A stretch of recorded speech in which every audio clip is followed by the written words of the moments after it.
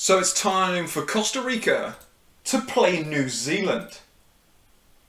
This one is going to be such a tough test for the All Whites. Costa Rica 31st in the FIFA World Rankings. New Zealand 101st, 70 places lower. That is quite a difference. That's not like the 20 odd difference that Australia and Peru have. That is a big difference. However, a large part of that comes down to lack of games.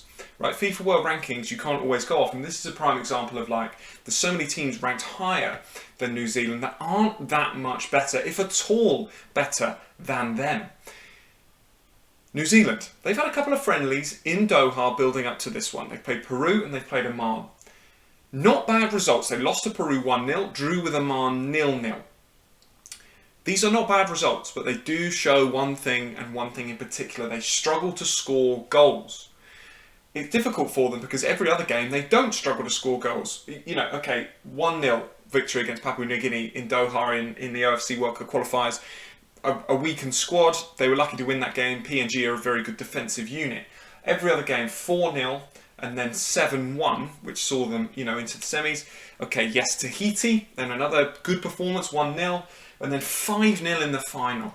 So many goals that New Zealand scored, and then never really defensively troubled. They conceded one goal in a game that they won 7-1.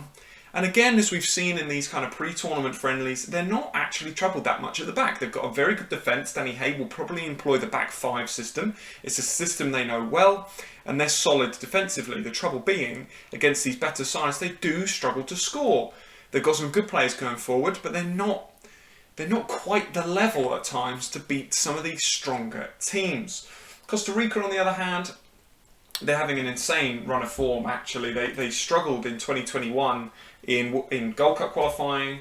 They did okay, but then lost out to Canada. And then they really struggled in World Cup qualification. They actually didn't win in their first 4 games in the CONCACAF octagonal, the final stage of CONCACAF playoffs. But then they went on an insane run. They had a win against El Salvador, then losses to the USA and Canada. That's not too bad. An insane run that they went on. They beat Panama, drew with Mexico, beat Jamaica, beat Canada, beat El Salvador, beat the USA. All in World Cup qualifying to get themselves to this point of facing off against New Zealand. And that's an insane run. Since then, they've been involved in the Nations League. And they've played 2 and they lost to Panama. You can't read too much into that. And then they beat Martinique. Again, you can't read too much into that either. Martinique aren't a FIFA registered nation, but they're a very good side. Panama are a very solid side. What this does mean is they've played a lot of games and they're in good form going into this. But also, they played their last game 5th of June. And on the 14th of June, they've got to face up against New Zealand, in Qatar. In Al Rayyan in Qatar. New Zealand are there already. They've already been training for it. They've already played their World Cup qualifiers out there.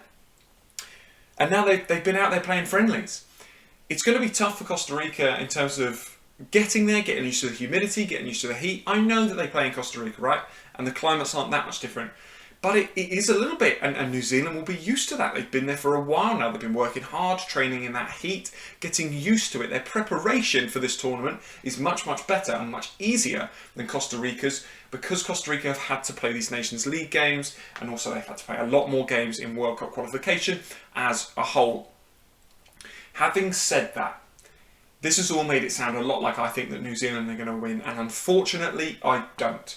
I am going to go out there and say that Costa Rica are going to get to the World Cup finals. I think this will be a close game, and I would love... This is D&Q, I know New Zealand aren't technically a minnow, but they are past 100 in the FIFA World Rankings, right? So I feel like we can definitely talk about them, and this has been very New Zealand focused, as you'd expect it to be. People from Costa Rica will probably have Spanish subtitles on, watching this video, if they even watch it at all. But from a New Zealand perspective, you've got to be tight at the back. They've got to really try and stop Costa Rica from scoring. Costa Rica also don't concede that many goals. I think their best bet is trying to take this the whole way, trying to get 0-0 for as long as possible, maybe nick a goal on the counter-attack, use the pace on the wings and the big man up top to maybe get them a 1-0. Having said that, if I had to go out there and make a prediction, it would be a 2-0 Costa Rica win in this one. I think the longer it stays 0-0, the more of a chance New Zealand will have.